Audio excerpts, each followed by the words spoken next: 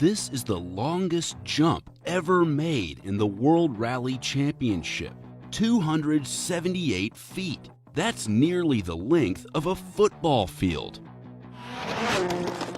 That massive jump was done by this car, a Citroën C4, a simple European compact car known for its safety and reliability.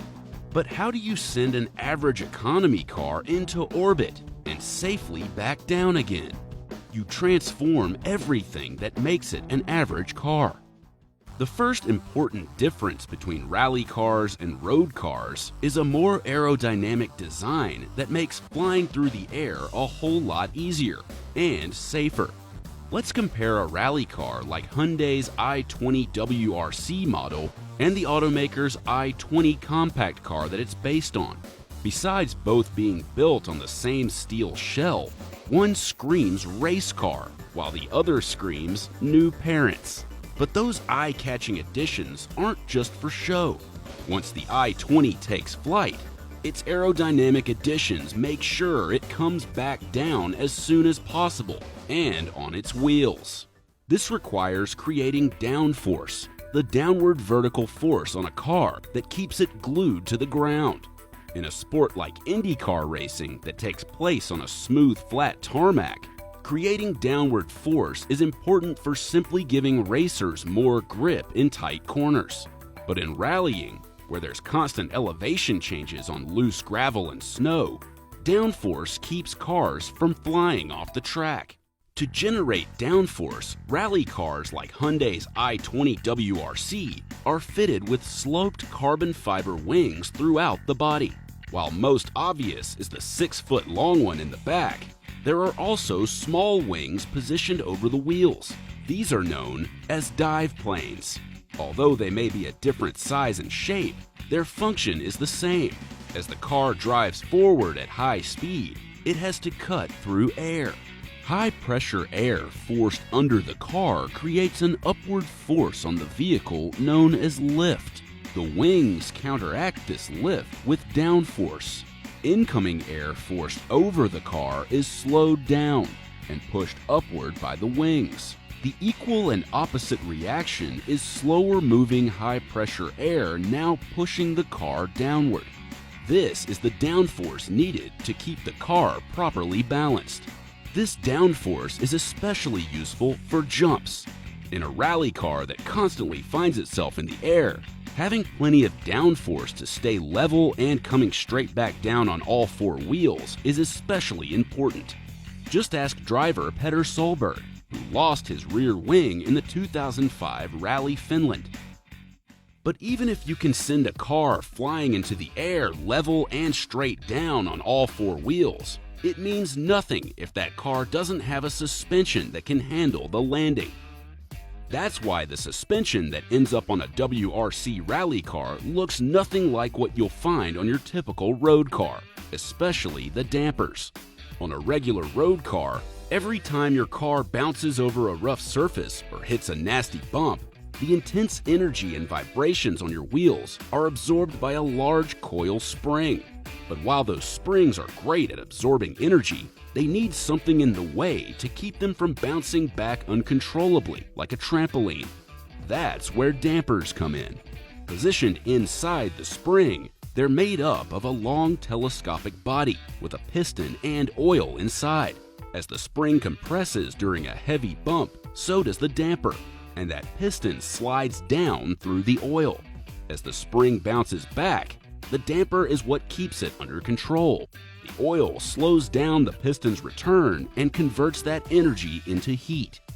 On a road car, the goal of the suspension and dampers is to keep the ride as smooth and comfortable as possible, ideally so you barely notice those bumps at all. But on a WRC rally car, comfort is the engineer's last concern. There's no question there are bumps and bangs coming. You've got 1.2 tons of metal crashing down from heights of over 3 yards. The goal is for the car to survive and keep going as fast as possible. This calls for dampers twice as big and strong so they can handle more intense compression. They're built thick, heavy and tuned with the intention of absorbing an enormous impact, not making sure the passengers are cozy. A motorsport like rallying also requires an additional canister connected to the damper. In an especially active damper, oil temperatures are reaching up to 248 degrees Fahrenheit. This can cause your shock absorbers to overheat, which leads them to compressing irregularly and the driver losing control of the vehicle. An additional canister or remote reservoir allows you to carry more oil and have a place where it can cool down. The most crucial feature rally car dampers have, though, is how adjustable they are. With knobs found on both the dampers and throughout the car, everything from ride height to compression speed can be adjusted. For rally courses that feature more jumps, drivers need a car that's both higher off the ground with a suspension that they can count on bouncing back immediately. But even if your car has the aerodynamics to soar through the air smoothly and a suspension that can handle the landing, it's going to mean nothing if your car's undercarriage isn't protected properly. The undercarriage has many exposed components, like fuel lines that are easily penetrable by sharp rocks and race debris. So the i20 WRC is fitted with 1/4-inch thick steel plates bolted to the underside of the car. Known as skid plates or sump guards, their main objective is to protect the oil pan, transmission, and fuel tank from loose stones and debris. Skid plates help drivers against a number of major car problems, the most dangerous being fuel and oil leaks. While these two issues usually just result in engine failure, they have also caused a number of major fires in the WRC. Esa-Pekka Lappi's unsolved car fire at March's Rally Mexico is believed to have been caused by an oil leak. Skid plates drastically improve your chances of avoiding them. Still, the skid plate alone can't protect you from everything. Just ask driver Elvin Evans, who landed on nothing but his skid plate at last year's Rally Estonia and suffered 2 compression fractures. No matter how prepared you may be, some rally car disasters are just unavoidable. So while cars only take to the air in NASCAR and Formula One after something has already gone wrong, in the World Rally Championship, it's a major part of the competition. Between being equipped with an aerodynamic body, heavy-duty suspension, and a steel-plated undercarriage, jumping nearly the length of a football field is something these incredible vehicles can handle day to day.